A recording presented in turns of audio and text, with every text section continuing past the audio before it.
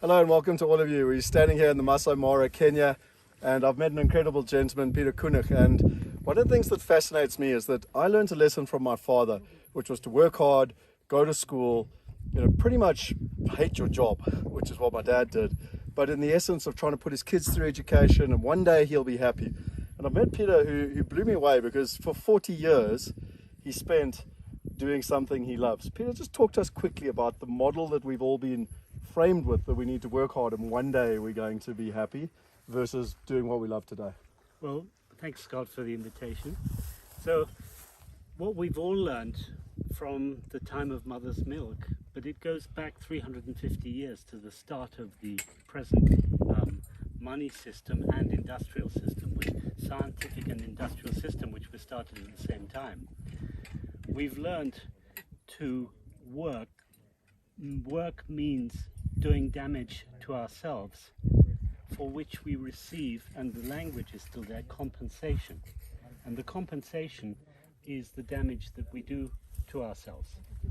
And in the hope that in the future, when we've got enough money, we have our financial system sorted out, that we may start to do what we love.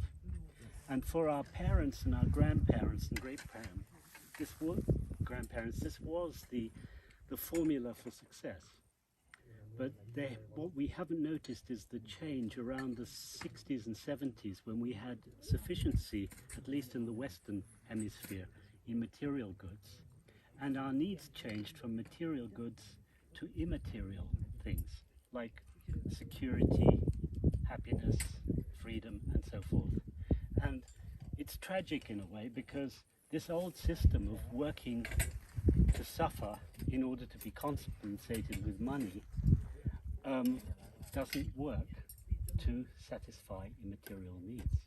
Well, and on top of that, you said in 40 years you've never met anyone that actually has achieved it. Absolutely. So it's the proverbial hamster wheel, because you're constantly waiting for a future that never arrives. That's right. So to resolve this, the first thing you need is to be conscious that this is actually happening with you, and recognize that if you just continue it, you're not going to get off this hamster wheel, and you will die never having realized what you wanted in your life.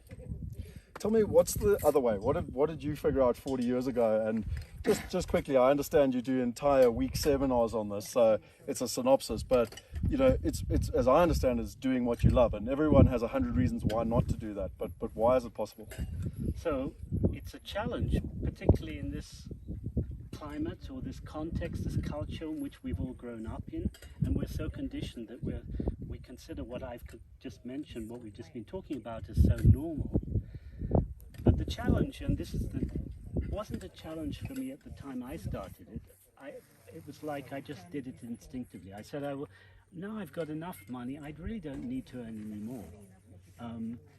And I don't see why I'm not doing what I like to do, what I love to do. So I just started it. And it was very irrational. The sort of stuff I was doing was totally irrational, but I just followed my feelings. Like some people talk about an inner voice. I just did whatever I felt like doing. And it grows on you. It doesn't stop. But the key thing that I like to share with people is that the more that you do it, the more that you realize that the universe, and we're in an enormous universe here on the Mara Plains, and every animal, every creature gets its needs met, including us. And if you look at the money system, it's actually been consciously devised by very intelligent people 350 years ago on the basis of shortage. That we feel that we have a shortage and we must get something outside ourselves in order to feel sufficient. And if you look at the creatures around here, none of them are acting like that. And actually that's not the way our nature works either. So our nature is to do what these animals do. They just instinctively do what they feel they need to do. I call it doing what you love. And what you realize when you do that more and more is that all your needs are met in every minute. So my biggest takeaway from the last 3 days was that you said there's 3 flags that if you're not doing what you love, come up. Would you mind just talking to that? Because I guarantee you 99.9% of people watching this video should be, looking at these flags and realizing if it's something that's in their lives? Yeah. So the first one I identified is you get frustrated because you feel inside yourself you're not really, you have these dreams, maybe you're fulfilling some of the dreams in your hobby, but what if you could do your hobby more, or even spend all the time on your hobby and know that your needs are met? So the first thing you feel is frustrated. And if you don't listen to that, and particularly as you become more sensitive with time, that frustration will make you ill. And this is a wonderful, I say these things which are not liked, but I say that it's a wonderful gift, because it's like nature putting you to bed and saying, look, just stop and listen and reflect a bit about what you're doing in life. If you don't do that, you'll just get more ill if you don't change something. Yep. The second one, or the third one, is that you're likely to feel jealous of people who are living their lives more fully. And if you can take that as another gift, it's really wonderful, because it's showing that there's something that you're doing in your life that you're not alive with, that you're not living. So that gives you another opportunity to look at what that might be and move in that direction. And the fourth one is very related. It's feeling guilty. I believe guilt is a wonderful thing. It's a wonderful sign. It's telling you that really parts of you are not alive. And actually, if you are totally alive, you can do even things that people might think are negative. If they are appropriate, you won't feel like getting angry with somebody. You're not meant to be angry, you're not meant to be violent, you're not meant to be nasty. So if you can't be angry, violent and nasty, you're likely to have violence done on you unconsciously. So you need to be able to use these things when they're appropriate, but not when they're inappropriate, but when they're appropriate.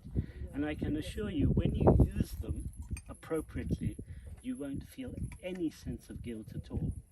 Well, it's absolutely fascinating. I want to keep this short. Thank you very much, Peter. It's been wonderful learning from you. I just want to highlight for you, if you're feeling frustration, jealousy, guilt, illness, or even one of the ones is drained, which is what I'm feeling.